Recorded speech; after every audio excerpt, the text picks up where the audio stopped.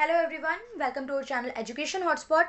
तो हमने एमएसओ आपके 4 के पेपर का जून 2019 का पेपर हम लोग कर रहे थे, जिसमें फर्स्ट क्वेश्चन विद सॉल्यूशन हम डिस्कस कर चुके हैं। पीडीएफ उसकी फर्स्ट आंसर की मैंने आपको दे दी है टेलीग्राम चैनल पे। So this is the second question of June 2019। Analyse critically the Brahminical interpretation of the caste. Proper answer लिखा है मैंने, जितना आंसर रिक्वायर्ड है यहाँ पे सारी चीज़ें एक्सप्लेन करी है। सुनेंगे, पीडीएफ मिल जाएगी आपको, अगर लिखना नहीं है साथ साथ में पीडीएफ मिल जाएगी टेलीग्राम से। वहाँ पे पीडीएफ देख के बाद में आंसर लिख लेना, लर्न कर लेना जो भी करना है। अभी आप अच्छे से सारी चीज़ें समझो। देखो कास्ट सिस्टम होता क्या है, बहुत से बच्चों को शायद पता होंगी ये सारी चीज़ें, तो एक बार रिवाइज कर लीजिए आप साथ में मेरे। कास्ट क्या होती है यहाँ पे प्रॉपर देखो, कभी कभी भी आप आंसर लिखोगे एग्जाम में तो आपको एक मीनिंग से स्टार्ट करनी है ना चीज़ें, मतलब from where to start and where to end, ये हमें क्लियर होना चाहिए। तो यहाँ पे हम सबसे पहले कास्ट का मीनिंग बताएंगे कि व्हाट एग्जैक्टली इज कास्ट। फिर उसको ब्राह्मणिकल इंटरप्रिटेशन थोड़ा सा करेंगे चीज़ों में और क्या प्रॉब्लम रही इन चीज़ों में, वो एट लास्ट में हम सारी चीज़ें कंक्लूड कर देंगे। पहले पूरी बात बताओ, उसके बाद उसका पूरा क्या करो, कंक्लूजन दे दो। तो सबसे पहले caste is a form of social stratification. मतलब सोशल स्ट्राटिफिकेशन क्या होता है? Social division. सोसाइटी में कुछ ग्रुप बने हुए थे, डिवीजन हो रखी थी कास्ट के बेसिस पे। Characterised by endogamy. Endogamy is a form of marriage जिसमें हम विद इन द, देखो एंडोगैमी में हम क्या करते हैं, हम विद इन द कास्ट, मतलब आपकी विद इन द किन जो आपकी कास्ट होती है प्रॉपर, उसी के अंदर मैरिज की जाती है, तो it is a form of marriage. Hereditary transmission of style of life. Hereditary transformation, hereditary क्या होता है? From one generation to another generation. ठीक है, फादर से सन, सन से देन आगे फर्दर उनके सन को, इस तरीके से हेरिडिटरी ट्रांसमिशन होता है एक लाइफस्टाइल का। जिस तरीके से हमारी, देखो एक होता है ना रिचुअल्स को रिचुअल्स का एग्जांपल लो। आपकी फैमिली में जो वर्शिप या पूजा के तौर तरीके जो भी ग्रैंड पेरेंट्स कर रहे थे, वो आप उसके बाद आप नेक्स्ट जनरेशन ने, आपके पेरेंट्स ने फॉलो करा, उसके बाद अब आपने देखा है वही सब, तो आप वो फॉलो करोगे। देन आपकी जो नेक्स्ट जनरेशन आएगी वो आपकी फर्दर वही प्रोसेस को फॉलो करेगी। तो यहाँ पे यही कहा जा रहा है कि हेरिडिटरी ट्रांसमिशन होगा of a style of life which often include N occupation. हो सकता है सेम काम करें जो फादर कर रहे हैं, उसी ऑक्यूपेशन बिजनेस वगैरह में सेम फादर के बाद बेटा जो है वो काम संभालता है, ऑक्यूपेशन वाला काम हो, रिचुअल स्टेटस, पूजा पाठ और ये सब चीजें in hierarchy. And customary social interaction and exclusion, आपस में इंटरेक्शन होगा, ठीक है, और कुछ लोगों को एक्सक्लूड करके चला जाएगा based on the cultural notion of purity and pollution. What is this purity and pollution, और एक्सक्लूड किसको करा जाएगा, क्या कहानी, ये अभी धीरे धीरे देखते हैं। इतना मीनिंग हमें क्लियर हुआ। उसके बाद हम देखते हैं कि ये जो कास्ट वर्ड है ना, ये जो आपका कास्ट वर्ड है, ये एक स्पेनिश वर्ड कास्टा से डिराइव किया है, जिसका मतलब होता है रेस, लीनिएज या फिर ब्रीड। क्लियर? तो पहले हम ये बता देंगे कि कहाँ से ओरिजिनेट हुआ है, उसके बाद हमने इसका प्रॉपर मीनिंग बताया। अब हिंदू सोसाइटी की बात करो, अगर पुराना जो ट्रेडिशनल इंडिया की हम बात करें, तो ये 5 मेन स्ट्राटा में डिवाइडेड था। क्या क्या थे वो? 4 वर्णास थे। वर्णा सिस्टम क्या है अभी जस्ट देख रहे हैं हम लोग। और एक 5th ग्रुप था जिसको हम अनटचेबल कहते थे। जो कास्ट थी, जितनी भी कास्ट थी, वो आगे बहुत सारे ग्रुप में डिवाइडेड थी।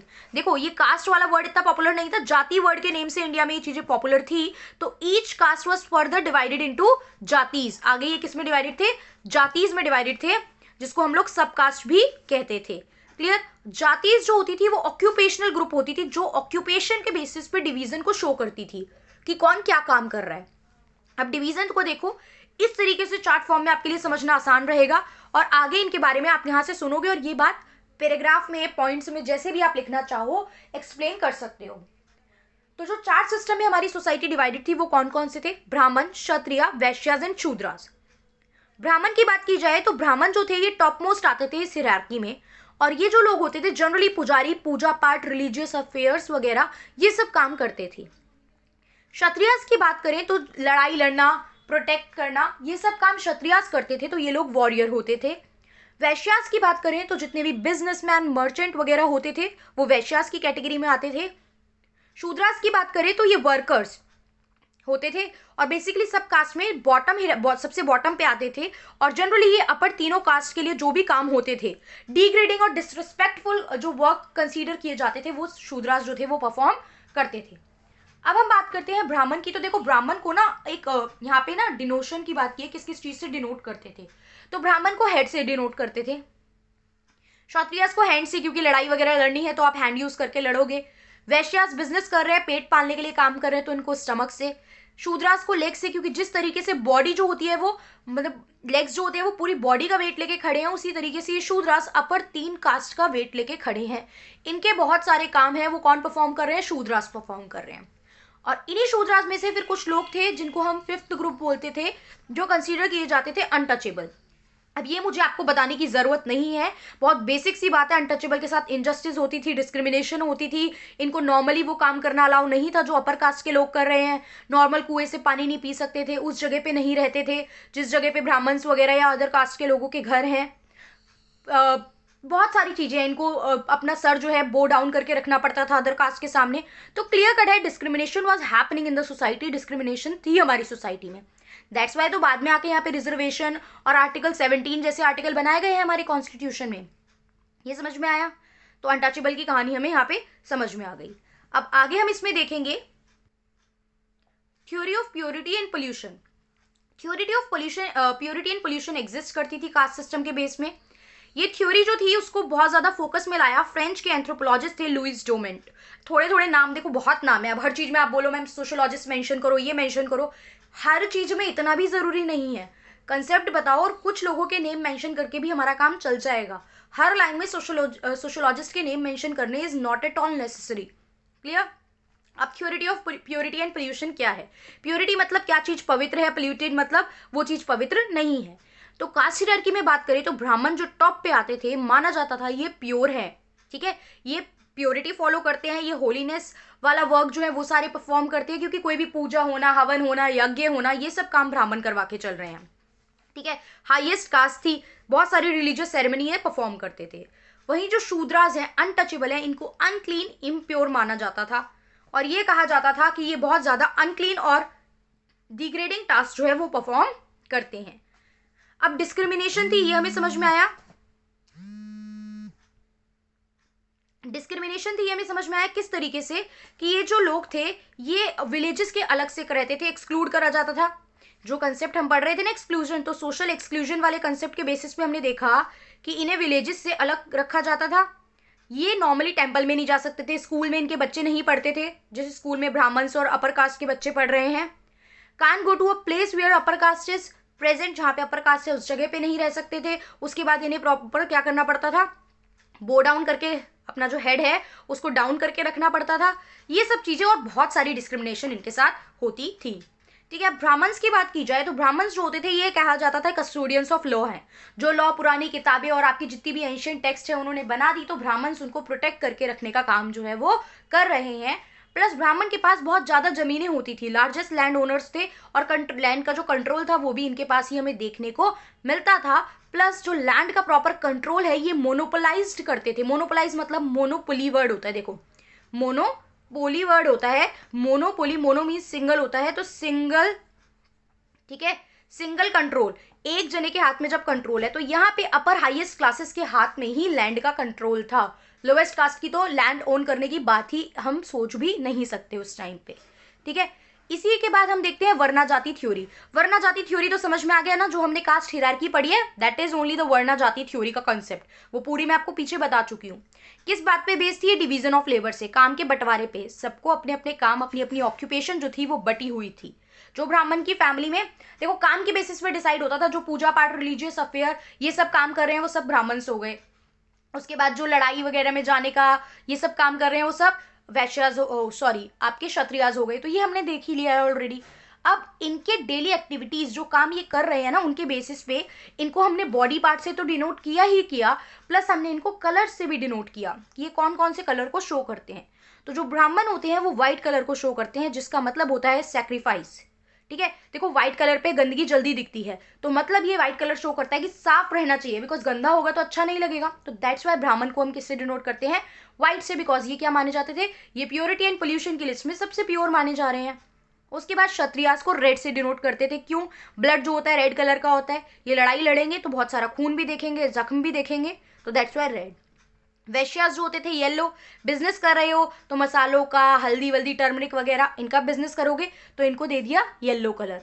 शूद्रास को दे दिया ब्लू कलर, क्योंकि ये लोग जो थे ये एनवायरमेंट और इन सब को लेके चीजों को काम करने का, प्रोटेक्ट करने का काम इन्हीं के ऊपर दे रखा है, तो इनके लिए ब्लू कलर जो था वो मोर अप्रोप्रिएट माना गया।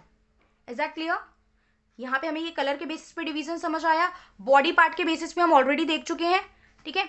अब यहाँ पे हम देखते हैं, देखो मनुस्मृति जो एक बुक थी जो लॉ एंड ऑर्डर की बात करती थी, काफ़ी सारी चीज़ें थी मनुस्मृति में, उसने कहा कि वर्ना सिर्फ 4 है, जबकि हमने अभी एक और ग्रुप देखा जो मतलब बिल्कुल अनटचेबल वाला था। तो जब मनुस्मृति कह रही है कि 4 वर्ना है, इसका मतलब ये जो आउटकास्ट ग्रुप है ये उस टाइम तो एग्जिस्ट नहीं करता होगा। तो ये जनरली बुद्धिस्ट के इंजक्शन से हमें देखने को मिला। अब क्वेश्चन इज, आप ऐसे कैसे कह सकते हो कि बुद्धिस्ट के इंजक्शन से था?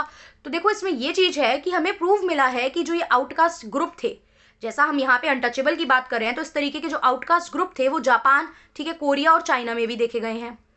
तो यहाँ से हमें हम बात जो है हम प्रूव कर सकते हैं, सपोर्ट दे सकते हैं अपनी स्टेटमेंट को।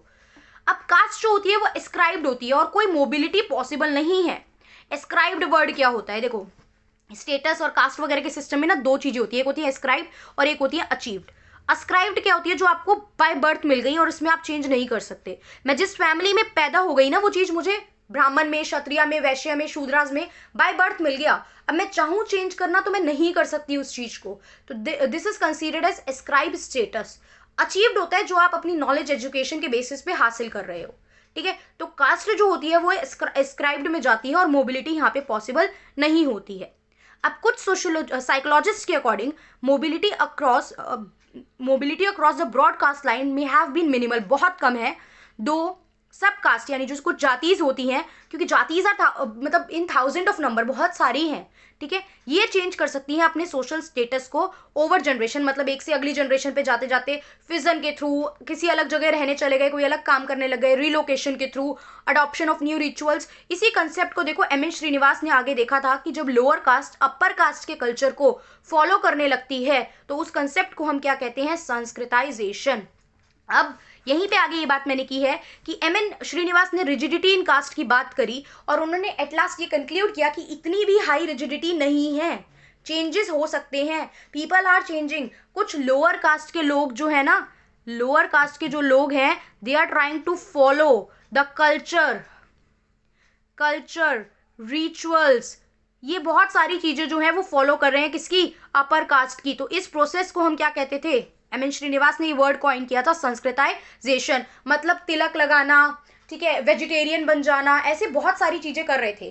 क्योंकि लोअर कास्ट में लोगों के पास भी पैसा तो है, फिर भी वो लोगों को उतनी रिस्पेक्ट नहीं मिल रही है जितनी अपर कास्ट को मिल रही थी। So they try to find out the reason कि भाई ऐसा क्यों हो रहा है। तो उसके बाद उन्होंने ऑब्जर्व किया कि सिर्फ इस तिलक लगाने से या वेजिटेरियन बन जाने से या कुछ छोटी मोटी चीज़ों में चेंज लाने से लाइफस्टाइल में, इफ़ ये पॉसिबल है कि हमें उतनी ही रिस्पेक्ट मिल सकती है because we are having the money, resources तो है ना हमारे पास, तो वाई नॉट। तो यहाँ पे इस कंसेप्ट से एक मतलब इस पूरे उनके आइडियोलॉजी से एक टर्म निकल के आई सामने, एक कंसेप्ट निकल के आया जिसको एम एन श्रीनिवास ने क्या बोला? संस्कृताइजेशन।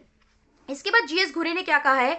जीएस घुरे ने कहा है कि कास्ट एक Brahmanic child of Indo Aryan culture है। इंडो आर्यन वगैरह का जो कंसेप्ट था, जब आर्यंस इंडिया में आए थे उस टाइम से, cradled in the land of Ganges and then transfer to other part of India. जो लैंड ऑफ गंगेज वगैरह यहाँ पे डेवलप हुआ, यहाँ पे स्टार्ट हुआ और फिर अदर पार्ट में आगे जाके ट्रांसफर हो गया। क्योंकि ऐसा नहीं है कास्ट सिस्टम सिर्फ इंडिया में है, और भी जगहों पे हमें कास्ट सिस्टम देखने को मिलता है, बट वो यहाँ पे हमें पढ़ना नहीं है तो उसको अभी नहीं देखेंगे। अब क्रिटिसाइज करेंगे कास्ट सिस्टम, आपने पढ़ा इतनी डिस्क्रिमिनेशन, इतनी इनइक्वालिटी है, तो एग्जैक्टली क्या प्रॉब्लम्स आ रही हैं इस कास्ट सिस्टम के थ्रू, वो एक बार सम अप कर लेते हैं इन सब बातों से जो मुझे या जो हमें समझ में आया। तो हम देखते हैं क्या प्रॉब्लम और क्या क्रिटिकल एनालिसिस है इस पूरे कास्ट सिस्टम का। उसमें पहला पॉइंट है economic and intellectual opportunity restricted to a certain section. अब जो सोसाइटी में टॉप क्लास हैं, सारे रिसोर्सेज, पैसा, सब कुछ उन्हीं के पास है, बाकी लोगों तक चीज़ें पहुंच ही नहीं रही हैं, तो ये प्रॉब्लम क्रिएट होती है इसकी वजह से।